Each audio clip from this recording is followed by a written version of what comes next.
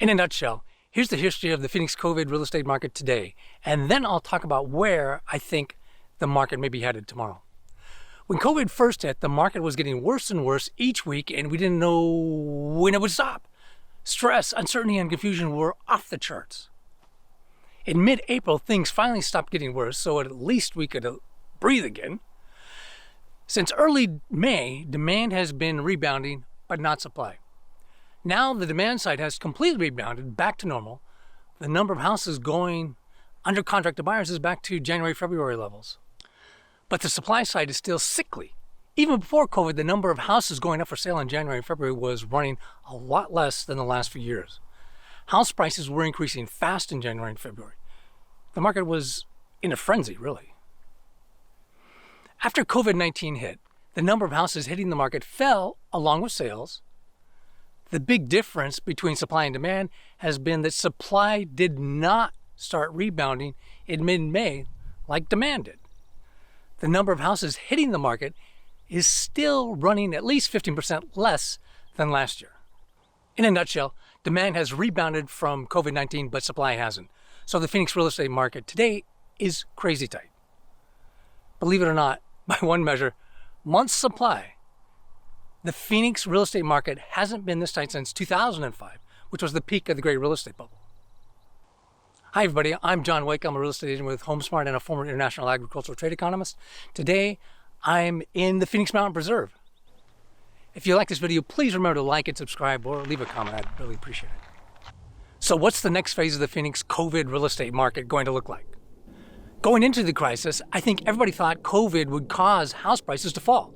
I don't know of anyone who predicted it would affect supply for a lot longer than demand, and that it would end up causing the real estate market to get tighter.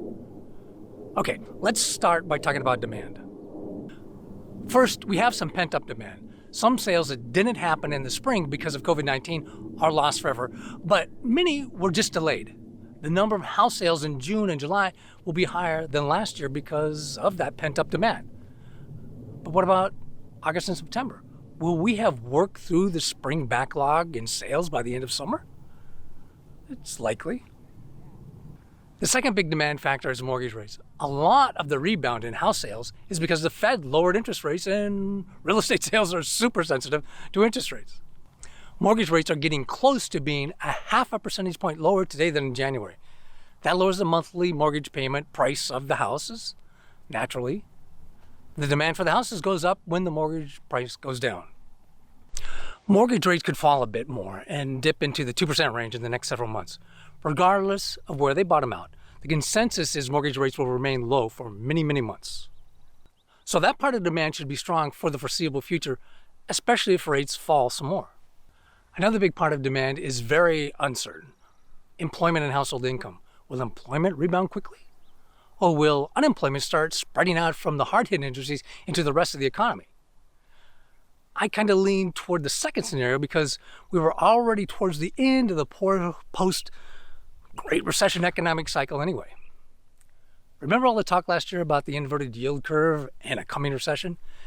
Did the Fed's multi-trillion-dollar response to COVID-19 also delay that next recession? The stock market seems to think so. I don't know. In addition, household savings has skyrocketed. People are staying home and not spending as much. Many are saving their government checks. Does that mean that employed first-time home buyers have saved up more money for a down payment? Probably. The high savings rate will probably continue for months. I'm also a big believer in the economic importance of expectations. Expectations of future house prices are not determined by what happened in the last 3 months, but by what happened the last 3 years. Expectations change very slowly.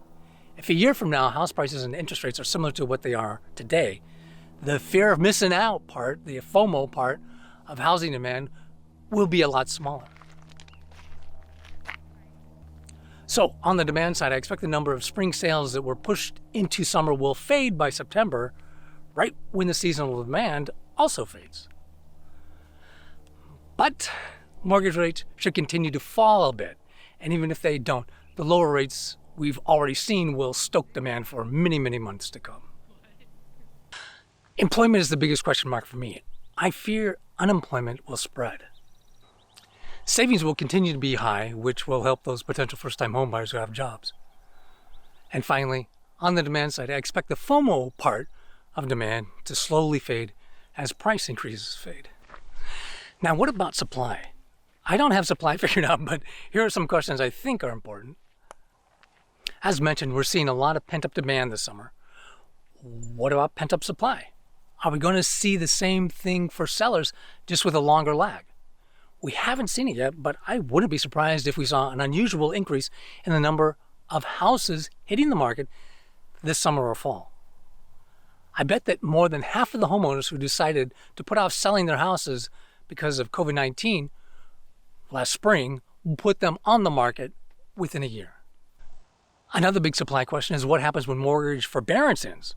Right now, 9% of all U.S. mortgages are in forbearance. Although I expect they'll be extended, they won't last forever. And as they end, will we see a flush of houses hitting the market? Surprisingly, a lot of homeowners in forbearance have a lot of home equity, at least at current home prices. Nationally, 80% of the houses in forbearance have equity of 20% or more.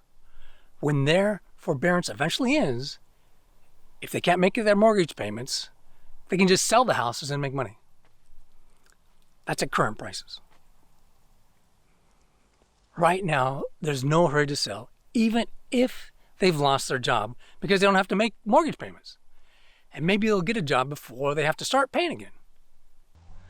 Similarly, what happens as an extra $600 per week of unemployment insurance is phased out? I assume it'll be phased out slowly and it won't end on July 31st as scheduled. But as it's phased out, will a significant number of unemployed homeowners with a lot of equity decide to sell? But I expect that a good percentage of homeowners in forbearance who have a lot of home equity but still don't have jobs when their mortgage forbearance ends will decide to sell their houses and cash out. Others who don't have a lot of home equity and who, unfortunately, still don't have jobs when forbearance ends will eventually be foreclosed on. But the foreclosure process takes forever. We wouldn't see a significant spike in foreclosures hitting the market until 2020 if we see it at all. But again, at current house prices, most people in forbearance have a lot of equity. So on the supply side, I think we have some pent-up supply. I just don't know how much and when it'll hit the market. And I expect when mortgage forbearance and the unemployment supplement eventually end, we'll see more houses hitting the market. A lot more houses if jobs haven't rebounded by then. Overall, a huge unknown is what the Fed and the federal government will do. They've had a huge impact on the national and real estate economy. I don't think their impact has ever been greater. If you're looking for a good real estate agent, I can help you find your new favorite real estate agent. Just fill out the form near the top right of the homepage of ArizonaRealEstateNotebook.com or realestateDakota.com. If you have any questions about real estate economics, please leave them in a comment. I'd love to hear your questions. Thanks, everyone. Take care of yourself.